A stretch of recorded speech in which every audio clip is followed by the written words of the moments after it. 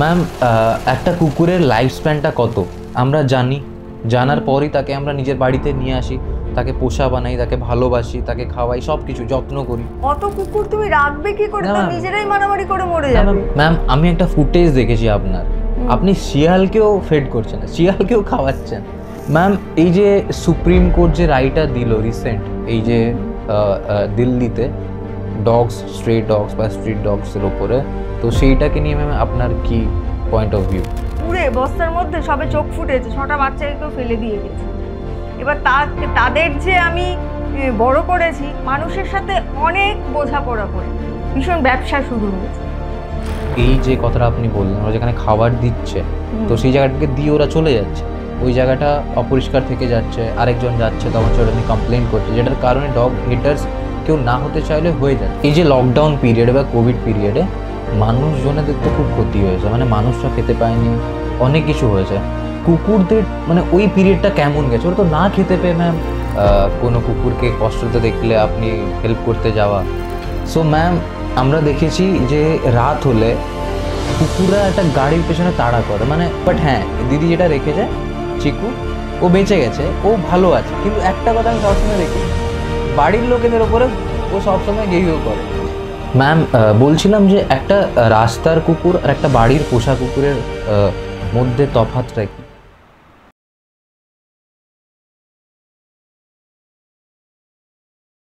এখানে সব সত্যিটা বাস্তব হয় না, আর সব বাস্তবটা সত্যি হয় না। Welcome to Dilse diary. আজকে আমাদের সাথে এমন একজন রয়েছেন, আমাদের আলোদি। উনি হলেন আমাদের আশেপাশে শুধু নয়, পুরো ওয়েস্ট বেঙ্গলের অ্যানিমাল অ্যাক্টিভিস্ট। ওনাকে সবাই আমরা চিনি আলোদি নামে। ওনার নাম হলো চৈতালি মজুমদার। লেটস ওয়েলকাম দিদি। ম্যাম আমরা শুনেছি আপনাদের একটা এনজিও রয়েছে, সো আপনাদের এনজিওর কি কি কাজ থাকে, আপনারা কি কি করেন, যদি একটু এক্সপ্লেন করেন। হ্যাঁ আছে একটা, আমরা 2020 সালে একটা রেজিস্ট্রেশন করাই। যখন ভাবি যে কোনো জায়গায় অ্যাপ্লাই করতে গেলে রেজিস্টার অর্গানাইজেশনটা দরকার, যে তখন এই বার্থ কন্ট্রোলের কথা মাথায় রেখে বা ভ্যাকসিনেশন ভাবলাম মিউনিসিপ্যালিটি হেল্প করবে, কাজে একটা ওরা সবসময় রেজিস্টার অর্গানাইজেশন ছাড়া করে না। কিন্তু আমরা সেই সময় করাই অর্গানাইজেশনটা। এবার অর্গানাইজেশনটার নাম হচ্ছে আলো, হ্যাঁ, অ্যানিম্যাল লাভার্স অর্গানাইজেশন। আচ্ছা, আমরা মেনলি পথ কুকুরদের, হ্যাঁ, বা পথ বিড়ালদের হনুমান রেস্কিউ করা, বড় দপ্তরকে অবশ্যই খবর দিয়ে, বা কিছু গরু অ্যাক্সিডেন্টে পড়ে আছে সেগুলোও করাই। কিছুদিন আগে যেমন একটা গরুর গায়ে কেউ অ্যাসিড ঢেলে দিয়েছিল, সেটাকে সুস্থ করা হয়েছে। এরমভাবে কিছু কাজ করে থাকি।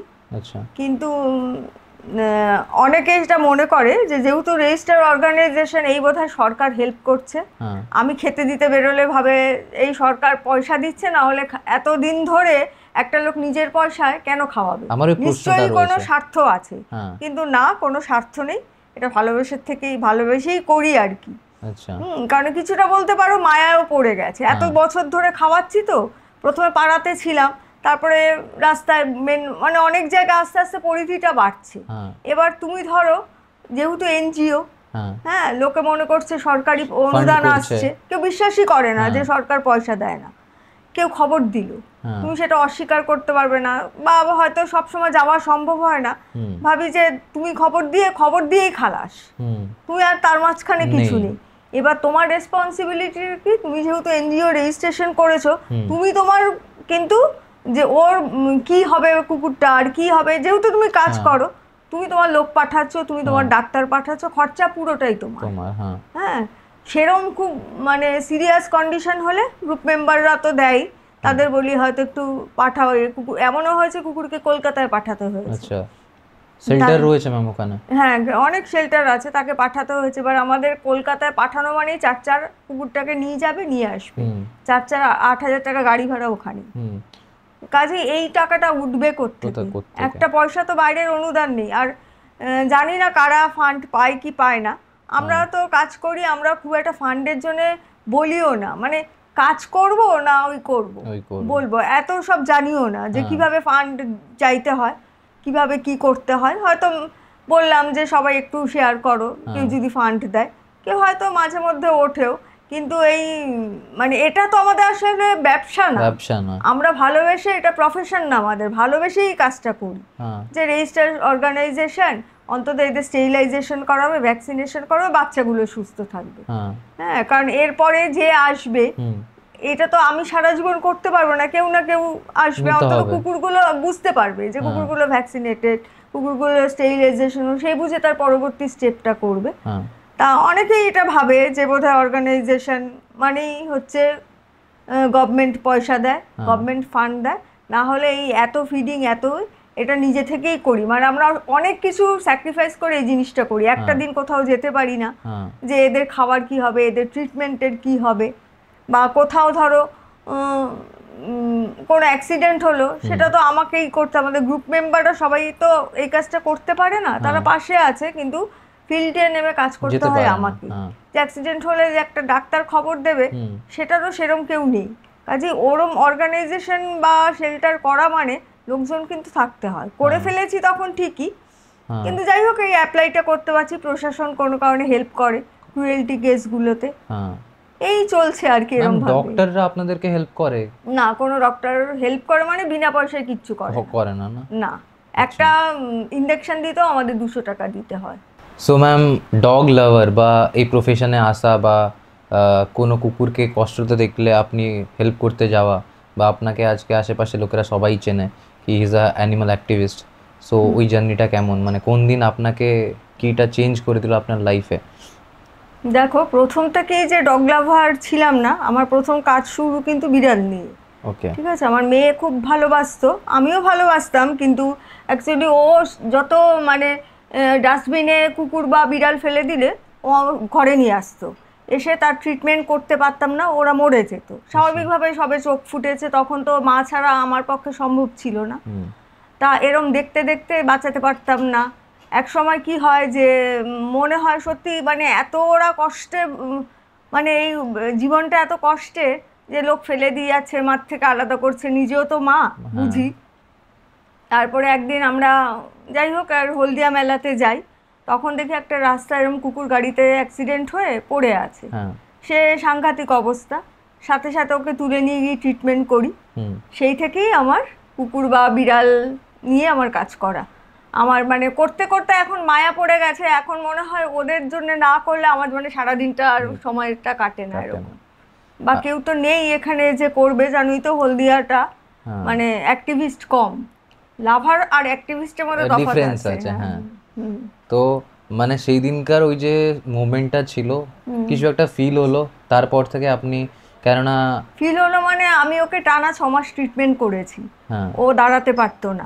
সে বাচ্চাদের যেমন পা ধরে মেসেজ করে যেরকম ভাবে বাচ্চা বড় করে সেরকম ভাবে ওকে, ও যখন হাঁটতে পারলো তখন আমার ভীষণই আনন্দ হয়েছিল। ভাবলাম যে যে হ্যান্ডিক্যাপড বাচ্চাগুলো, এরা যদি মানুষ যদি ট্রিটমেন্ট করে অন্তত নতুন একটা জীবন পায়। ওরা তো কথা বলতে পারে না, তো সারা জীবন তো আর কে খাওয়াবে, এটা এর থেকেই আশা বলতে পারো।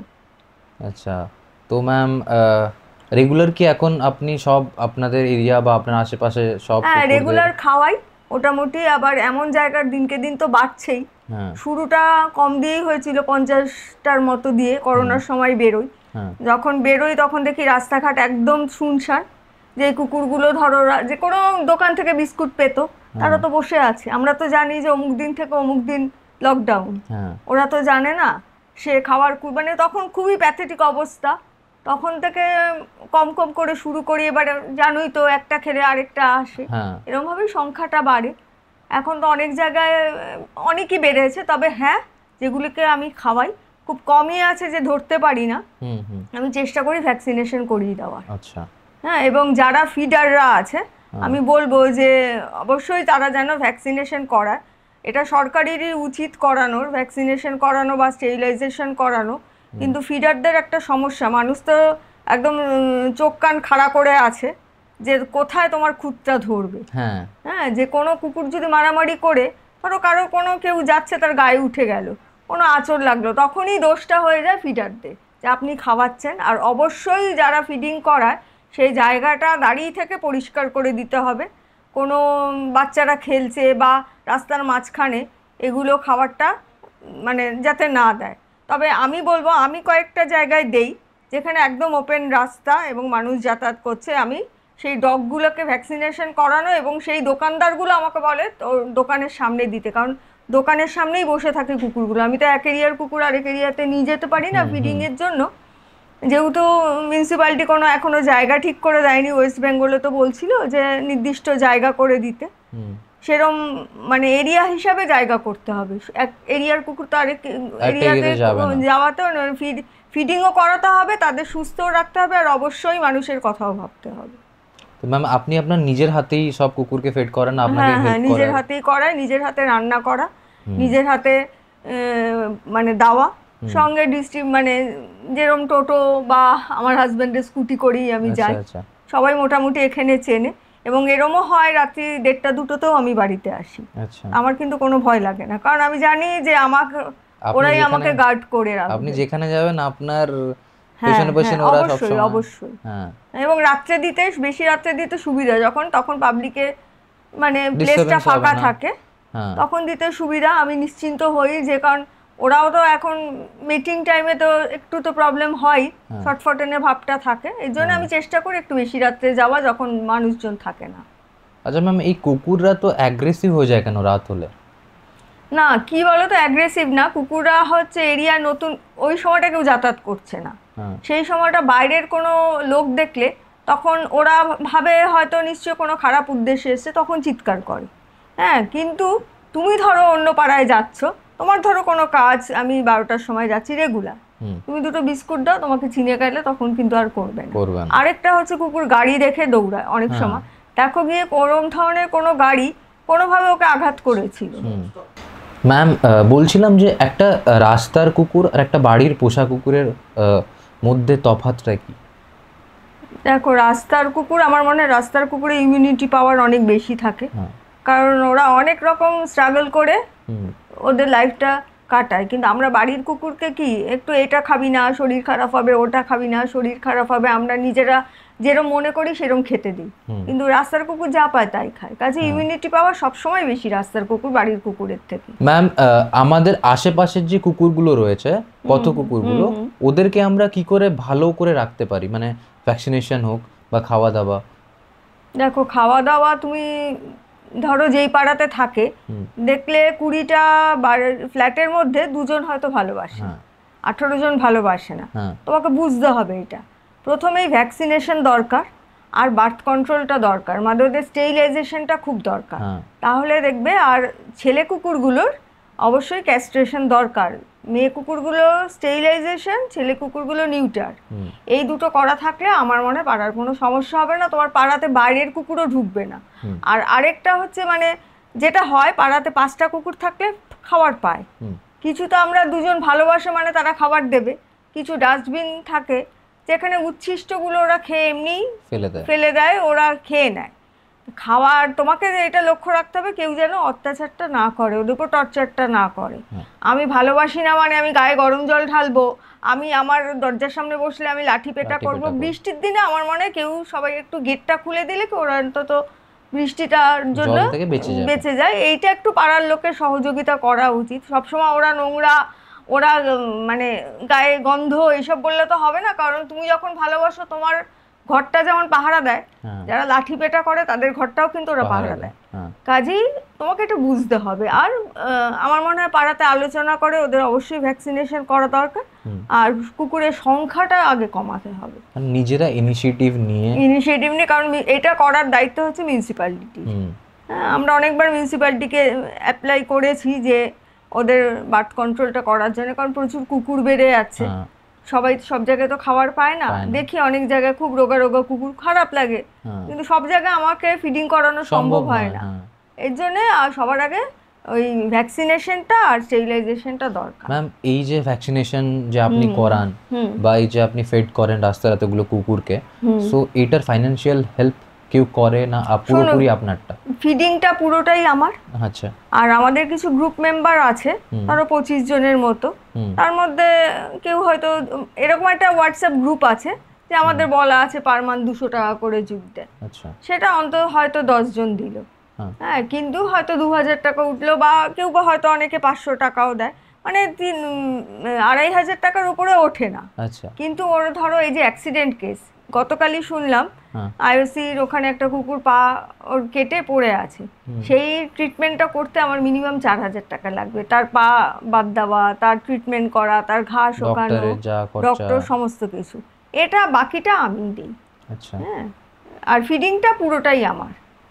তো ম্যাম তো একটা শুধু ভ্যাকসিনেশন কুকুর না, আমি বলছি বিড়ালও খায়, 20টা বিড়াল খায়। আচ্ছা, হ্যাঁ, মাছ সেদ্ধ ভাত দেই, আবার ক্যাট ফুডও দেওয়া হয়। আপনি কি বিড়ালকে কাঁটা ছাড়িয়ে দেন?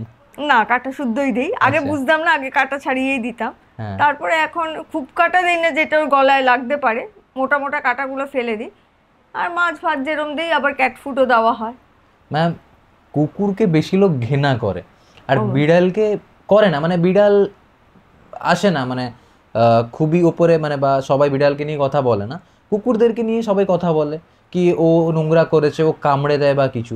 বিড়াল মানুষের গায়ে এসে বেশি থাকে না বা ঠাসে না বলে, তাই জন্যই কি বিড়াল একটু না, কি বলো তো, বিড়াল নিয়েও যাদের কথা বলার না, তারা কুকুর বিড়াল কিছুই মানবে না, তারা কিন্তু বলে। হ্যাঁ, মানে এরমও হয়েছে, আমি যেখানে থাকি সেখানে কিছু হনুমান আসতো। আচ্ছা, আমি ওপর থেকে যা থাকতো, ঘরের যা ফল থাকতো, আপেলও দিতাম। আশেপাশে লোকজন কিন্তু হ্যাঁ দিচ্ছে, আপেল দিচ্ছে বলে হনুমানটা আসছে, এরকমও হয়েছে। আপনি তাহলে মানে হাতি যদি কোনোদিন চলে আসতো, অবশ্যই হাতি আসলে, হ্যাঁ অবশ্যই হাতি আসলেও খুশি হতাম, এই কারণ বন্য প্রাণীদের উপর যেরকম টর্চার হচ্ছে, আমরা তো সবাই জানি কিভাবে কি হচ্ছে, তাদের জায়গাটা, আমার চলার পথটা আমরা দখল করছি, তাদের রাস্তাটা ছেড়ে দিতে হবে। তারাও, আমরা যে দেখছি আমাদের সোসাইটির মধ্যে যারা যেই সব অ্যানিমেলগুলো আছে, কিন্তু যারা জঙ্গলে আছে তাদেরও কিন্তু খুবই প্যাথেটিক অবস্থা। ম্যাম, আমরা খুবই শুনে থাকি কুকুর যে একটা শব্দ বের করে কান্নার মতন আমরা শুনি, তো গুরুজনেরা বলে ওটা নাকি অশুভ, মানে এটা কি সত্যি অশুভ? এটা দেখো, অশুভ তো আমি মানি না। হ্যাঁ, কারণ প্রত্যেকের ডাক যার যার নিজস্ব, তার সাথে শুভ অশুভের কোনো সম্পর্ক নেই, কুসংস্কার।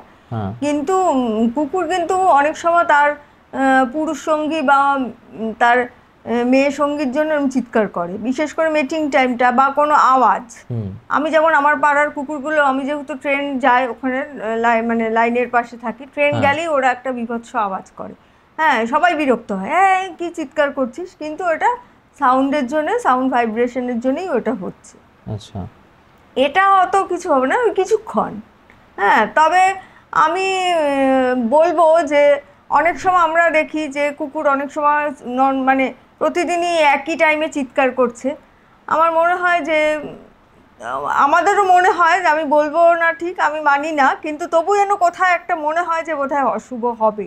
দেখি যে সত্যি হয়তো আশেপাশের কেউ কারো ক্ষতি হয়েছে, ওরা বুঝতে পারে, ওদের বলে যে, আমি শুনেছি আর কি, যে যার এরকম হচ্ছে, কেউ মারা গেল, তার গা থেকে নাকি এমন একটা স্মেল বেরোয়, যেটা ওরা ফার্স্ট পায়, যেটা আমরা পাই না বুঝতে, ওরা বুঝতে পারে।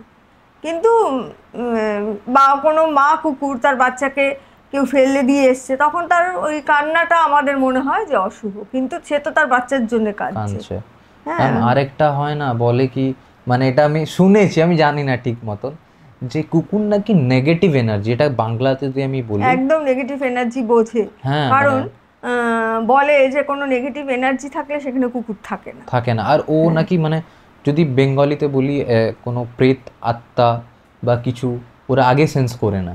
দেখো, এরকম আমরা দেখি যে তুমি কিছু দেখছো না, আমি কিছু দেখছি না, কুকুরটা কিন্তু ননস্টপ চিৎকার করে যাচ্ছে। জানি না, এটা যে বিশ্বাস করবে, ওর নেগেটিভ এনার্জিটা মনে হয় বোঝে।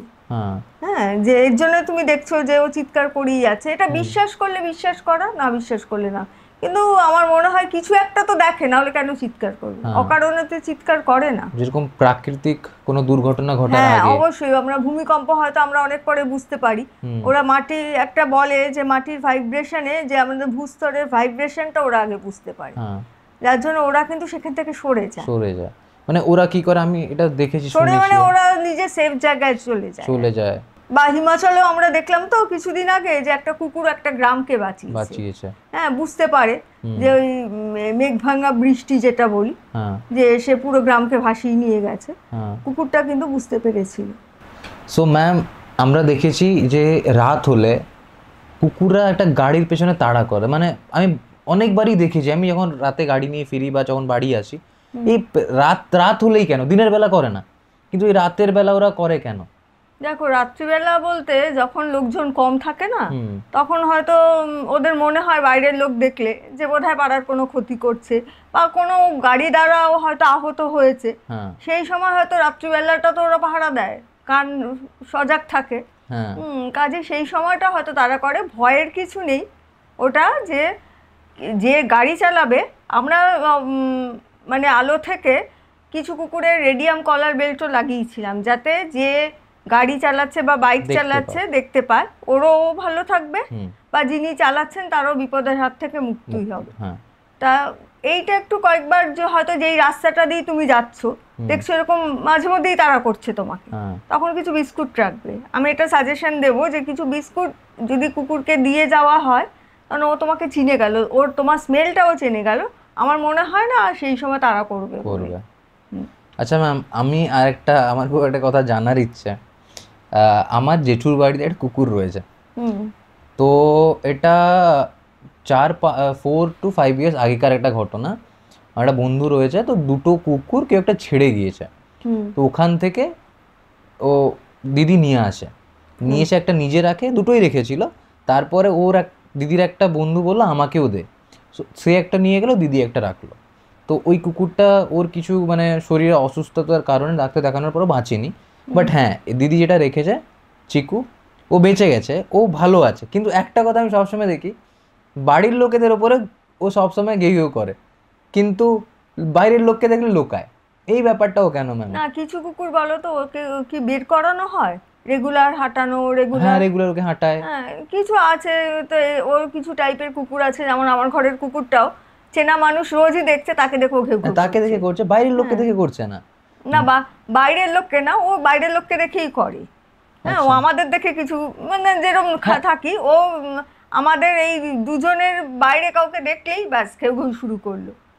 তারপরে আবার ঠিক হয়ে যায়, যখন দেখে তার সাথে আমি কথা বলছি বা তখন বোঝে, চুপ করে যায়। এরকম কিছু কুকুর আছে, ওটা কোনো সমস্যা না। আর তারপরে ওর একটা টাইম কি হয়েছে, আমি যেই টাইমে আমি যাই, সাপোজ আমি 6টার সময় যাচ্ছি, ও জানে এই টাইমে আসছে, রেগুলার যদি যাচ্ছি, সবসময় যাওয়া হয়, তো ও ঠিক চলে আসবে। একবার আপনি দরজাটা খুলেছেন, ও চলে আসবে, ও এসে 2 হাতে জাস্ট তুলবে কি খেলো আমার সাথে।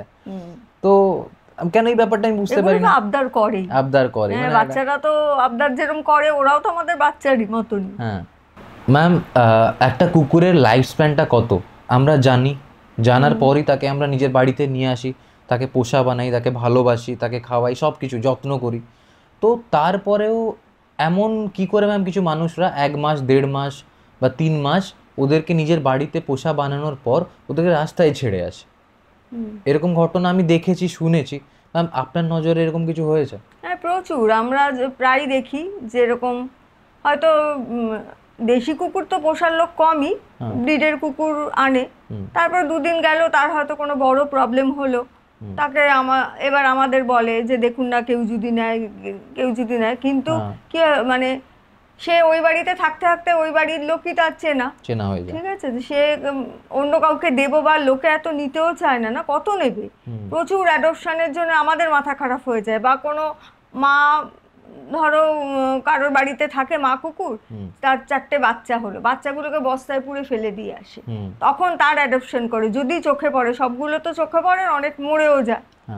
কিছুদিন আগেই একটা ঘটনা হয়েছে, মহিষাদলে একটা জিএসডি কে কেউ ছেড়ে দিয়েছে, মানে বেঁধে রেখেছে গাছের সাথে, তখন প্রচন্ড গরম। যাই হোক, খবর পেয়ে গেলাম, গিয়ে দেখি যে জিএসডিটা বসে আছে, তার পায়ে ঘা, তার গলায় ঘা, অন্য কুকুর কামড়েছে, এবং ওই গরমের মধ্যে তাকে চেন দিয়ে বেঁধে রেখেছে। মানে মানুষ কতটা নিষ্ঠুর হলে এই জিনিসটা করে।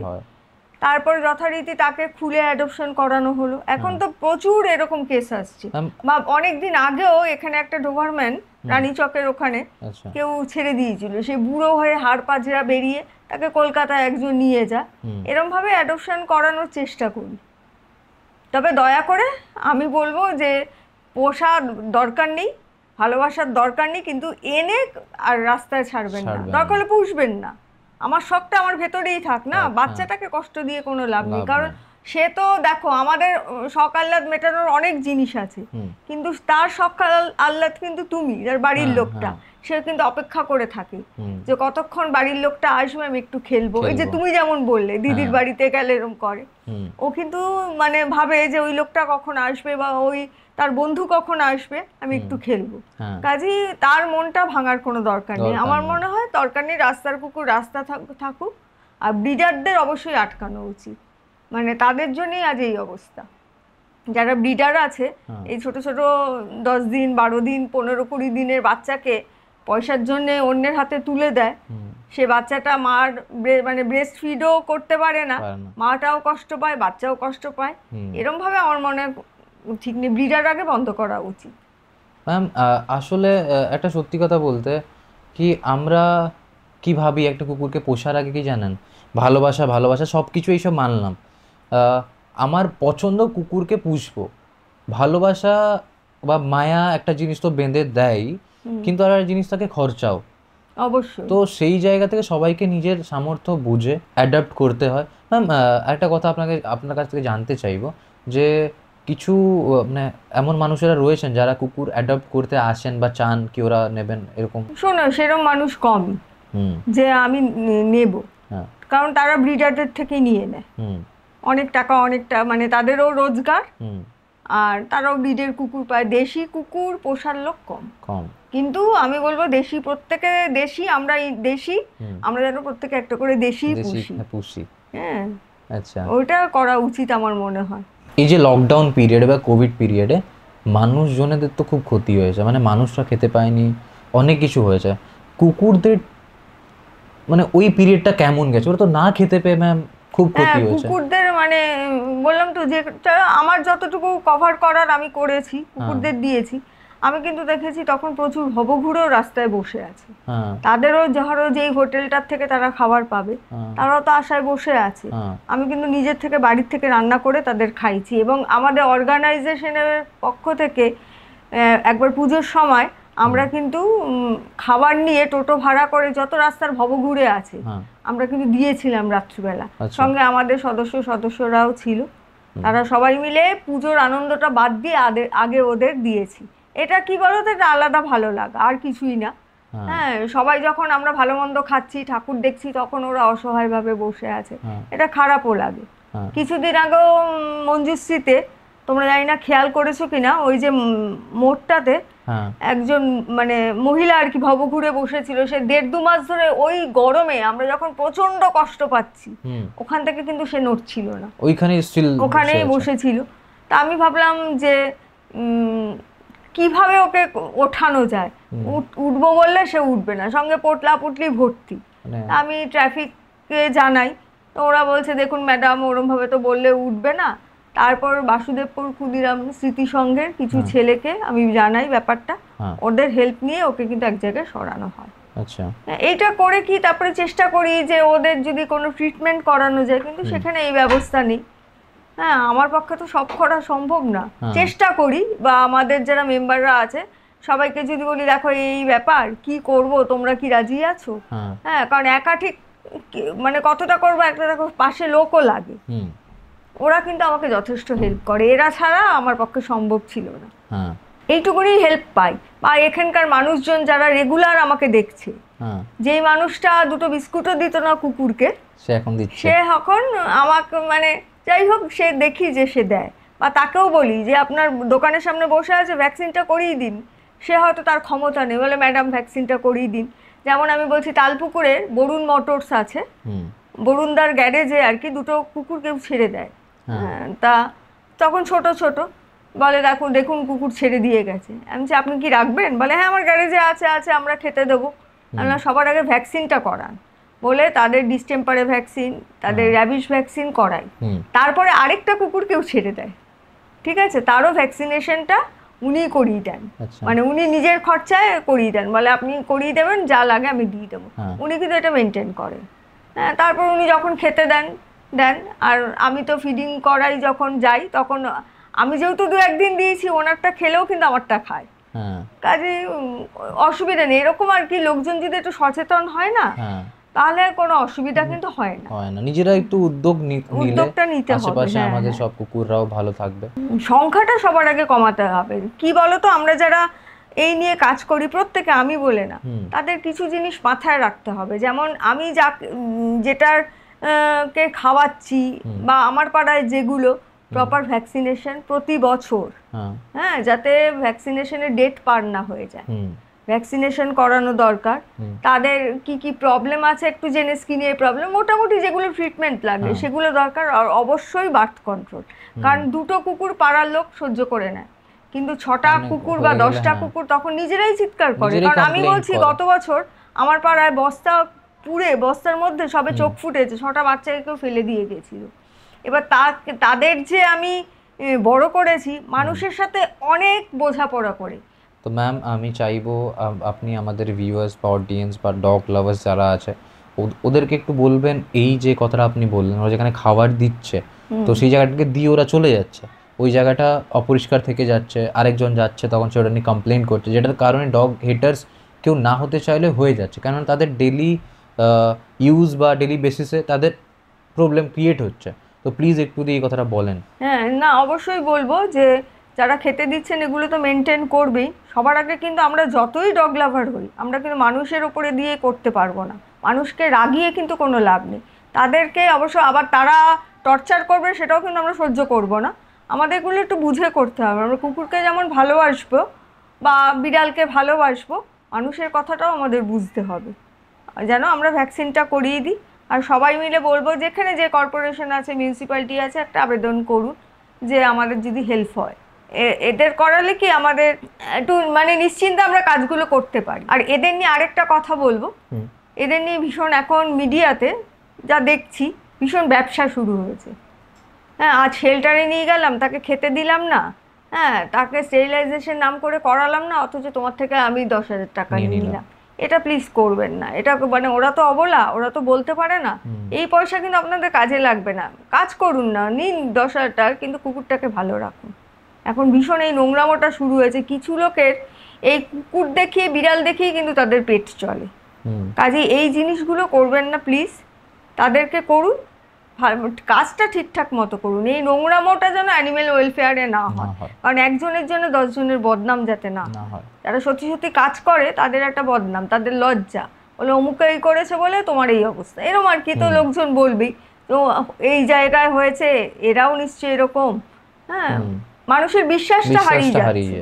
ম্যাম আমি একটা ফুটেজ দেখেছি আপনার, আপনি শিয়ালকেও ফেড করছেন, শিয়ালকেও খাওয়াচ্ছেন।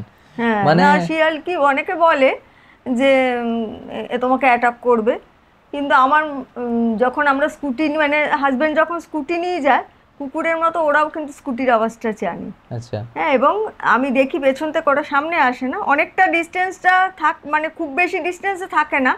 আমি কি করি, এ তো কুকুর না যে মাথায় হাত বুলিয়ে খাওয়াবো, আমি যখন খাবারটা দিয়ে আসি তখন কিন্তু এরকম গোটা 16 থেকে 18 শিয়াল কিন্তু খায়। তাদের খুবই ছোট ছোট, ওদেরও তো খাওয়ার সমস্যা হচ্ছে, ওটাও তো বুঝতে হবে। হ্যাঁ, এবং তারা কিন্তু অনেকটা কাছাকাছি এখন চলে এসছে খাবে বলে করি, এটা একটা ভালো লাগার ব্যাপার। কুকুর আর শিয়ালদের সেন্সও সেম, মানে এরপর যদি আপনার কোনো শিয়াল দেখে রাস্তায়, ও দূর থেকেই সেন্স করে নেবে। হয়তো জানি না শিয়ালও ওটাকে পোষ মানে। শোনো, ভালোবাসা সব জীবজন্তুই বোঝে। আমার মনে হয় সব জীবজন্তুর মধ্যে শিয়ালটা তো আছেই, কাজে ওরাও বোঝে যে এই সময়টা খেতে, ওরা কিন্তু টাইমটাও বোঝে, হ্যাঁ, যে ওই টাইমে আসবে। ঝোপঝাড়ে লুকিয়ে থাকে, যেই স্কুটিটা যায় ওরা কিন্তু ঠিক ওই সময়টাই খেতে আসে, এবং তুমি যদি সন্ধ্যে 6টার সময় যাও তাহলে কিন্তু পাবে না। ঠিক 10টা 11টার পর গেলে ওরা কিন্তু ওখানেই অপেক্ষা করে আমার জন্য, আমি বুঝি। ঝোপঝাড়ে মাথা থেকে সেই চোখগুলো জল জল করছে, স্বাভাবিকভাবে আমি ফেলে চলে আসি, আর পেছন থেকে দেখি সুন্দর ওরা খাচ্ছে, ছোট ছোট বাচ্চা। মা কিন্তু আমরা যেমন কুকুরকে দেখি যে বাচ্চাদের ছেড়ে দেয়, ওরাও কিন্তু তাই। হ্যাঁ, যে মা শিয়াল কিন্তু দাঁড়িয়ে থাকে যতক্ষণ না বাচ্চাগুলো খাওয়া হচ্ছে, ও কিন্তু খায় না।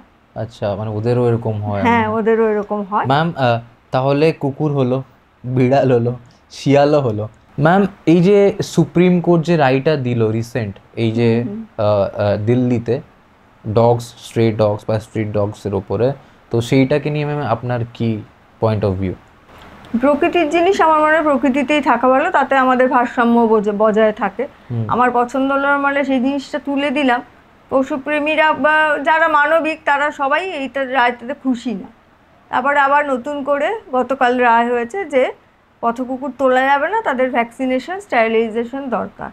এর জন্যই মানে এই রায়ের বিরুদ্ধে, ফার্স্ট রায়টার বিরুদ্ধে আমাদেরও মিছিল বার করা হয়েছে। আমরা পথে নেমেছি, আমাদের অর্গানাইজেশন এবং সাধারণ মানুষ যারা ভালোবাসে আর কি, যেরকম পথকুকুরকে পথেই রাখতে হবে। পথকুকুর যে দেখো, আগে কিন্তু এত পশুপ্রেমী ছিল না, আমরা দেখিনি। হ্যাঁ, পশুপ্রেমী মানে এরম ভাবে ব্যানারে ছিল না, কিন্তু আমার দাদুদেরও দেখেছি যে ভাতটা বেশি হতো রাস্তার কুকুরদের দিয়ে দিতে। তার আগে এত সমস্যা কিন্তু ছিল না। এখন যত পশুপ্রেমী বাড়ছে না, সমস্যাটাও বাড়ছে। কিছু পশুপ্রেমীর জন্য কিন্তু আমরা ভীষণ হ্যারাস হই। ধরো তার পশুপ্রেম জেগে উঠে রাস্তায় এমন করতে থাকে, যার জন্যে মানুষ বিরক্ত হয়ে যে ধরো সত্যিকারের করছে তাদেরকেও হ্যারাস করে। আমার মনে হয় ওরম মানে ঠিকঠাক না করলে আপনার পশুপ্রেম দরকার নেই, এটা আমার মনে হয়। কাজেই সুপ্রিম কোর্টের রায়টাতে, সেকেন্ড রায়তে আমরা ঠিক আছে পথকুকুর থাকবে, কিন্তু এটা শুধু দিল্লির জন্য। বাকি স্টেটের লোকেরা কি বলতো, মিডিয়াগুলো এমনভাবে ছড়াচ্ছে না ব্যাপারটা, যে বাকি স্টেটের লোকগুলো কিন্তু হ্যারাস হচ্ছে, বলছে ওই তো দিল্লিতে হয়েছে মানে এখানেও পথকুকুর তুলে দিতে হবে। কাজে আমাদের নিজেদেরই সচেতন থাকতে হবে। সরকারকে অনুরোধ করব যাতে ভ্যাকসিনেশন আর স্টেরিলাইজেশন হয়, যাতে আমাদের এই প্রবলেমটা ফেস না করতে হয়। ম্যাম ঠিক আছে, একটা টাইমের জন্য আমরা এটা মানলাম কি ন্যাশনাল ক্যাপিটাল রিজিয়ন থেকে কুকুরগুলোকে তুলে আমরা শেল্টারে রাখলাম, এটা ঠিক আছে, সবাই মেনে নিলাম। বাট ভ্যাকসিনেশন হয়নি, শেল্টার হয়নি, আর অত কুকুর তুমি রাখবে কি করে? তো নিজেরাই মারামারি করে মরে যাবে। রাখার আগে যে প্রশ্নটা উঠবে কি কেন পপুলেশন কন্ট্রোল হলো না, কেন ভ্যাকসিনেশন ঠিক করে হলো না, কেন মানে বিগত 10, 15, 20, 25 বছর আগে কেন একটাও শেল্টার নেই কুকুরদের জন্য? হঠাৎ করে 8 উইকসের ভেতরে সবকিছু এইসব যে বলে দেওয়া হলো, এটা করে দেওয়া হবে, এটা রেসপন্সিবিলিটি কে নেবে? মানে এটা অনেক আগে থেকেই ভাবা উচিত ছিল, তাহলে এই সিচুয়েশনটা সম্মুখীন হতো না।